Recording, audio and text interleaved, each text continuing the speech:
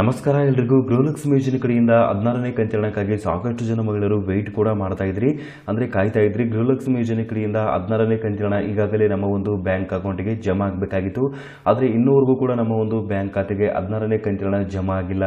ಮಹಿಳೆಯರು ಗೃಹಲಕ್ಷ್ಮಿ ಯೋಜನೆ ಕಡೆಯಿಂದ 16ನೇ ಕಂತಿನವನ್ನು ಯಾವಾಗ ಪಡೆದುಕೊಳ್ಬೋದು, ಸರ್ಕಾರದ ಕಡೆಯಿಂದ ಅಥವಾ ಗೃಹಲಕ್ಷ್ಮಿ ಯೋಜನೆ ಕಡೆಯಿಂದ 2,000 ರೂಪಾಯಿಯನ್ನು ಯಾವಾಗ ಬಿಡುಗಡೆ ಮಾಡ್ತಾರೆ ಅಂತ ಸಾಕಷ್ಟು ಜನ ಒಂದು ಕಮೆಂಟ್ ಮಾಡೋದ್ರ ಮೂಲಕ ಮಾಹಿತಿನ ಕೇಳ್ತಾ ಇದ್ರಿ.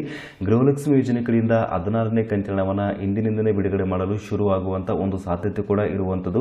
ಇಂದಿನಿಂದಲೇ ಅಂತ ಹೇಳಿದ್ರೆ ಜನವರಿ 14ನೇ ತಾರೀಕು ಸಂಕ್ರಾಂತಿ ಹಬ್ಬದ ಪ್ರಯುಕ್ತವಾಗಿ ಗೃಹಲಕ್ಷ್ಮಿ ಯೋಜನೆ ಕಡೆಯಿಂದ 16ನೇ ಕಂತಿನವನ್ನು ಬಿಡುಗಡೆ ಮಾಡಲಾಗುತ್ತೆ ಅಂತ ಸರ್ಕಾರದ ಕಡೆಯಿಂದ ಮಾಹಿತಿನ ತಿಳಿಸಿದರು. ಹಾಗಾಗಿ ಇಂದಿನಿಂದಲೇ ಗೃಹಲಕ್ಷ್ಮಿ ಯೋಜನೆ ಕಡೆಯಿಂದ 16ನೇ ಕಂತಿನ 2,000 ರೂಪಾಯಿ ಜಮಾ ಆಗುವಂಥ ಒಂದು ಸಾಧ್ಯತೆ ಕೂಡ ಇರುವಂಥದ್ದು.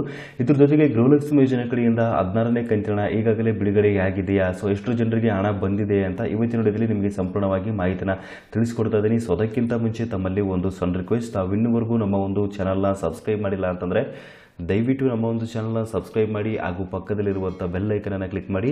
ಹಾಗೂ ಈ ಒಂದು ವಿಡಿಯೋ ನೋಡ್ತಿರುವಂಥವ್ರು ಪ್ರತಿಯೊಬ್ಬರು ಕೂಡ ಈ ಒಂದು ವಿಡಿಯೋಕ್ಕೆ ಲೈಕ್ ಮಾಡಿ. GSP ಕ್ಲಾಸ್ ಚಾನಲನ್ನು ಸಬ್ಸ್ಕ್ರೈಬ್ ಮಾಡೋದ್ರಿಂದ ಸಾರ್ವಜನಿಕರಿಗೆ ಉಪಯುಕ್ತ ಆಗುವಂಥ ಮಾಹಿತಿಗಳು ಜೊತೆಗೆ ಸರ್ಕಾರದ ಕಡೆಯಿಂದ ಸಿಗುವಂಥ ಪ್ರತಿಯೊಂದು ಯೋಜನೆಗಳ ಬಗ್ಗೆ ನೀವು ಮಾಹಿತಿನ ತಿಳಿದುಕೊಳ್ಬೋದಾಗಿರುತ್ತೆ. ಸೊ ಅದರಿಂದಾಗಿ ದಯವಿಟ್ಟು ನಮ್ಮ ಒಂದು ಚಾನಲ್ನ ಸಬ್ಸ್ಕ್ರೈಬ್ ಮಾಡ್ಕೊಳ್ಳೋದು ಮಾತ್ರ ಮರಿಬೇಡಿ. ಬನ್ನಿ ಇವತ್ತಿನ ವಿಡಿಯೋನ ಶುರು ಮಾಡೋಣ. ಗೃಹಲಕ್ಷ್ಮಿ ಯೋಜನೆ ಕಡೆಯಿಂದ 16ನೇ ಕಂತಿನಕ್ಕಾಗಿ ಸಾಕಷ್ಟು ಜನ ಮಹಿಳೆಯರು ವೆಯ್ಟ್ ಕೂಡ ಮಾಡ್ತಾ ಇದ್ರಿ, ಜೊತೆಗೆ ಕಮೆಂಟ್ ಕೂಡ ಮಾಡ್ತಾ ಇದ್ರಿ. ಗೃಹಲಕ್ಷ್ಮಿ ಯೋಜನೆ ಕಡೆಯಿಂದ ಈಗಾಗಲೇ ನಾವು 2,000 ರೂಪಾಯಿ ಹಣವನ್ನು ಪಡಿಬೇಕಾಗಿತ್ತು, ಅದು 16ನೇ ಕಂತಿನಲ್ಲಿ. ಆದರೆ ಇನ್ನೂವರೆಗೂ ಕೂಡ ನಮ್ಮ ಒಂದು ಬ್ಯಾಂಕ್ ಖಾತೆಗೆ ಹಣ ಜಮಾ ಆಗಿಲ್ಲ. ಸರ್ಕಾರದ ಕಡೆಯಿಂದ ಅಥವಾ ಗೃಹಲಕ್ಷ್ಮಿ ಯೋಜನೆ ಕಡೆಯಿಂದ 2,000 ರೂಪಾಯಿ ಹಣವನ್ನು ಯಾವಾಗ ಬಿಡುಗಡೆ ಮಾಡ್ತಾರೆ ಅಂತ ಕೇಳ್ತಾ ಇದ್ರಿ. ಗೃಹಲಕ್ಷ್ಮಿ ಯೋಜನೆ ಕಡೆಯಿಂದ ಸಂಕ್ರಾಂತಿ ಹಬ್ಬದ ಪ್ರಯುಕ್ತವಾಗಿ 14ನೇ ತಾರೀಕಂದು ಮಹಿಳೆಯರ ಬ್ಯಾಂಕ್ ಖಾತೆಗೆ DBT ಮೂಲಕ ಹಣ ವರ್ಗಾವಣೆ ಮಾಡಲು ಶುರು ಆಗುತ್ತೆ ಅಂತ ಸರ್ಕಾರದ ಕಡೆಯಿಂದ ಮಾಹಿತಿನ ತಿಳಿಸಿದರು. ಸೊ ಅದೇ ರೀತಿಯಾಗಿ ಗೃಹಲಕ್ಷ್ಮಿ ಯೋಜನೆ ಕಡೆಯಿಂದ ಇಂದಿನಿಂದ ಹಣ ಜಮಾ ಆಗಲು ಶುರುವಾಗುತ್ತಾ ಅಂತ ಇವತ್ತಿನ ವಿಡಿಯೋದಲ್ಲಿ ನಿಮಗೆ ಮಾಹಿತಿನ ತಿಳಿಸ್ಕೊಡ್ತಿದ್ದೀನಿ. ಜೊತೆಗೆ ಇನ್ನೂ ಸ್ವಲ್ಪ ಜನರಿಗೆ ಹಣ ಕೂಡ ಜಮಾ ಆಗಿದೆ ಅಂತ ಮಾಹಿತಿ ಬಂದಿರುವಂಥದ್ದು. ಗೃಹಲಕ್ಷ್ಮಿ ಯೋಜನೆ ಕಡೆಯಿಂದ 16ನೇ ಕಂತಿನ 2,000 ರೂಪಾಯಿ ನಮ್ಮ ಒಂದು ಬ್ಯಾಂಕ್ ಖಾತೆಗೆ ಜಮಾ ಆಗಿದೆ ಅಂತ ಒಂದು ಪ್ರೂಫ್ ಕೂಡ ಕಳಿಸಿರುವಂಥದ್ದು. ಆ ಒಂದು ಪ್ರೂಫ್ನ ಕೂಡ ಇವತ್ತಿನ ವಿಡಿಯೋದಲ್ಲಿ ಲೈವ್ ಆಗಿ ನಿಮಗೆ ಮಾಹಿತಿನ ತಿಳಿಸ್ಕೊಡ್ತಾ ಇದ್ದೀನಿ. ಇಲ್ಲಿ ನೋಡಬಹುದು, ಗೃಹಲಕ್ಷ್ಮಿ ಯೋಜನೆ ಕಡೆಯಿಂದ 16ನೇ ಕಂತಿನ 2,000 ರೂಪಾಯಿ ಜಮಾ ಆಗಿರುವಂಥದ್ದು. ಸೊ ಯಾವ ದಿನಾಂಕದಂದು ಜಮಾ ಆಗಿದೆ ಅಂತಂದ್ರೆ 10ನೇ ತಾರೀಕು 1ನೇ ತಿಂಗಳು 2025, ಅಂದರೆ ಜನವರಿ 10ನೇ ತಾರೀಕಂದು ಮಹಿಳೆಯರ ಬ್ಯಾಂಕ್ ಖಾತೆಗೆ ಹಣ ಜಮಾ ಆಗಿರುವಂಥದ್ದು. ಇಲ್ಲಿ ನೋಡಬಹುದು ಯಾವ ಒಂದು ಸಮಯಕ್ಕೆ ಆಗಿದೆ ಅಂತಂದ್ರೆ 11 ಗಂಟೆ 3 ನಿಮಿಷ 46 ಸೆಕೆಂಡ್ಗೆ ಹಣ ಬಂದಿದೆ ಅಂತ ಇಲ್ಲಿ ಮಾಹಿತಿನ ತಿಳಿಸಿದ್ದಾರೆ. ಈ ಒಂದು ಸ್ಕ್ರೀನ್ ಶಾಟ್ನ ಕೂಡ ನನಗೆ ಸೆಂಡ್ ಮಾಡಿದ್ದಾರೆ. ಸೊ ಅದರಿಂದಾಗಿ ಲೈವ್ ಆಗಿ ನಿಮಗೆ ಇವತ್ತಿನ ವಿಡಿಯೋದಲ್ಲಿ ಮಾಹಿತಿನ ತಿಳಿಸ್ಕೊಡ್ತಾ ಇದ್ದೀನಿ. ಗೃಹಲಕ್ಷ್ಮಿ ಯೋಜನೆ ಕಡೆಯಿಂದ ಹಣ ಜಮಾ ಆಗಿರೋದು ಇಲ್ಲಿ ನಿಮಗೆ ಲೈವ್ ಆಗಿ ನೋಡ್ತಾ ಇದ್ದೀರಾ. ಇನ್ನೊಬ್ಬರು ಕೂಡ ಗೃಹಲಕ್ಷ್ಮಿ ಯೋಜನೆ ಕಡೆಯಿಂದ 16ನೇ ಕಂತಿನ 2,000 ರೂಪಾಯಿ ನಾವು ಪಡೆದಿದ್ದೀವಿ, ನಮ್ಮ ಒಂದು ಬ್ಯಾಂಕ್ ಖಾತೆಗೆ ಹಣ ಜಮಾ ಆಗಿದೆ ಅಂತ ಒಂದು ಪ್ರೂಫ್ ಕೂಡ ಕಳಿಸಿರುವಂಥದ್ದು. ಸ್ಕ್ರೀನ್ ಶಾಟ್ನ ಕಳಿಸಿದ್ದಾರೆ ನೋಡಬಹುದು. ಇವರ ಒಂದು ಬ್ಯಾಂಕ್ ಖಾತೆಗೂ ಕೂಡ ಗೃಹಲಕ್ಷ್ಮಿ ಯೋಜನೆ ಕಡೆಯಿಂದ 16ನೇ ಕಂತಿನ 2,000 ರೂಪಾಯಿ ಜಮಾ ಆಗಿರುವಂಥದ್ದು. ಸೊ ಯಾವ ಒಂದು ದಿನಾಂಕದಂದು ಜಮಾ ಆಗಿದೆ ಅಂತಂದರೆ 11 ಜನವರಿ 2025ರಂದು ಮಧ್ಯಾಹ್ನ 3 ಗಂಟೆ 16 ನಿಮಿಷಕ್ಕೆ ಇವರ ಒಂದು ಬ್ಯಾಂಕ್ ಖಾತೆಗೆ ಗೃಹಲಕ್ಷ್ಮಿ ಯೋಜನೆ ಕಡೆಯಿಂದ 16ನೇ ಕಂತಿನ 2,000 ರೂಪಾಯಿ ಜಮಾ ಆಗಿರುವಂಥದ್ದು. ಇಲ್ಲಿ ನಿಮಗೆ ಲೈವ್ ಪ್ರೂಫ್ ಮುಖಾಂತರನೇ ಮಾಹಿತಿನ ತಿಳಿಸ್ಕೊಡ್ತಾ ಇದ್ದೀನಿ. ಗೃಹಲಕ್ಷ್ಮಿ ಯೋಜನೆ ಕಡೆಯಿಂದ 16ನೇ ಕಂತಿನ ಎಲ್ಲ ಮಹಿಳೆಯರ ಬ್ಯಾಂಕ್ ಖಾತೆಗೆ ಜಮಾ ಆಗಿದೆಯಾ, 16ನೇ ಕಂತಿನವನ್ನು ಎಲ್ಲ ಮಹಿಳೆಯರು ಪಡೆದಿದ್ದಾರಾ ಅಂತ ಕೇಳಿದ್ರೆ ಖಂಡಿತವಾಗ್ಲೂ ಕೂಡ ಇಲ್ಲ. ಸ್ವಲ್ಪ ಜನ ಮಹಿಳೆಯರ ಬ್ಯಾಂಕ್ ಖಾತೆಗೆ ಹಣ ಬಂದಿರುವಂಥದ್ದು ಅಥವಾ ಹಣ ಜಮಾ ಆಗಿರುವಂಥದ್ದು. ಸ್ವಲ್ಪ ಜನ ಮಹಿಳೆಯರು ಅಂತ ಹೇಳಿದ್ರೆ ಇಲ್ಲಿ ಪರ್ಸೆಂಟೇಜಲ್ಲಿ ಹೇಳಬೇಕಾಗಿತ್ತು ಅಂತಂದರೆ 5%ಗಿಂತಲೂ ಕಡಿಮೆ ಮಹಿಳೆಯರ ಬ್ಯಾಂಕ್ ಖಾತೆಗೆ ಜಮಾ ಆಗಿರುವಂಥದ್ದು. ಸೊ ಎಲ್ಲ ಮಹಿಳೆಯರ ಬ್ಯಾಂಕ್ ಖಾತೆಗೆ ಹಣ ಯಾವಾಗ ಜಮಾ ಆಗುತ್ತೆ ಅಂತ ಕೇಳಿದ್ರೆ ಗೃಹಲಕ್ಷ್ಮಿ ಯೋಜನೆಯ ಬಾಕಿ ಇರುವಂಥ 16ನೇ ಕಂತಿನವನ್ನು ಇವತ್ತು ಬಿಡುಗಡೆ ಮಾಡುವಂಥ ಒಂದು ಸಾಧ್ಯತೆ ಕೂಡ ಇರುವಂಥದ್ದು.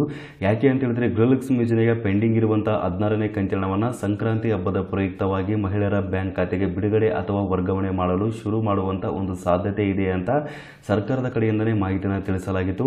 ಅದೇ ರೀತಿಯಾಗಿ ಇವತ್ತು ಅಥವಾ ಇಂದು ಹಣವನ್ನು ಬಿಡುಗಡೆ ಮಾಡಿದ್ರು ಅಂತಂದರೆ ಮಹಿಳೆಯರು ಕೂಡ ಹಣವನ್ನು ಪಡೆದುಕೊಳ್ಳಬಹುದಾಗಿರುತ್ತೆ. ಗೃಹಲಕ್ಷ್ಮಿ ಯೋಜನೆಗೆ ಯಾರೆಲ್ಲ ಅರ್ಜಿನ ಸಲ್ಲಿಸಿದ್ರ ಅಥವಾ ಗೃಹಲಕ್ಷ್ಮಿ ಯೋಜನೆ ಕಡೆಯಿಂದ ಹಣ ಪಡೆದಿರುವಂಥ ಪ್ರತಿಯೊಬ್ಬ ಮಹಿಳೆಯರ ಬ್ಯಾಂಕ್ ಖಾತೆಗೆ ನೇರವಾಗಿ DBT ಮೂಲಕ ಹಣ ವರ್ಗಾವಣೆ ಆಗುವಂತ ಒಂದು ಸಾಧ್ಯತೆ ಕೂಡ ಇರುವಂತದ್ದು. ಸರ್ಕಾರದ ಕಡೆಯಿಂದ ಅಥವಾ ಗೃಹಲಕ್ಷ್ಮಿ ಯೋಜನೆ ಕಡೆಯಿಂದ ಬಾಕಿ ಇರುವಂತಹ 16ನೇ ಕಂತಿನ 2,000 ರೂಪಾಯಿನ ಇವತ್ತು ಬಿಡುಗಡೆ ಮಾಡಿದ್ರು, ಅಂದ್ರೆ ಸಂಕ್ರಾಂತಿ ಹಬ್ಬದ ಪ್ರಯುಕ್ತವಾಗಿ ಹಣವನ್ನ ಮಹಿಳೆಯರ ಬ್ಯಾಂಕ್ ಖಾತೆಗೆ ವರ್ಗಾವಣೆ ಮಾಡಿದ್ರು ಅಂತಂದ್ರೆ ಎಲ್ಲ ಮಹಿಳೆಯರು ಕೂಡ ಖಂಡಿತವಾಗ್ಲಿ ತಮ್ಮ ಒಂದು ಬ್ಯಾಂಕ್ ಅಕೌಂಟ್ಗೆ ಹಣವನ್ನ ಪಡಿಬಹುದಾಗಿರುತ್ತೆ.